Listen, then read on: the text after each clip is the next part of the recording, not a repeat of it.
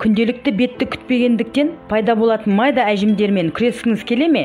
Ендеше мен сіздерге күнделікті үй жағдайындағы кез келген адамның үйінде асханасында табылатын қолжетімді ингредиентпен жасалатын бетке арналған маска көрсететін боламын.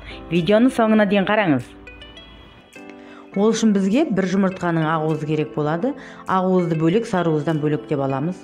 Оны жақсылап венчиктің көмегімен жақсылап араластырамыз, біркелкі көпіршігенше. Егер де сіздің үйіңізде венчик жоқ болған болса, вилкамен де істеуге болады. Содан соң 2 чай қасық картоп крахмалын араластырамыз.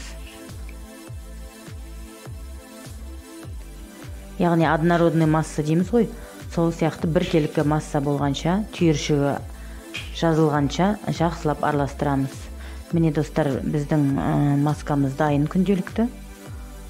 Соны біркелкі қылып бетімізге жағамыз.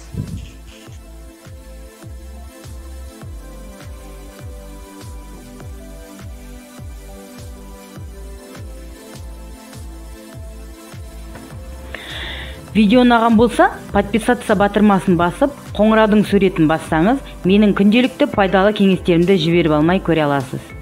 Болды?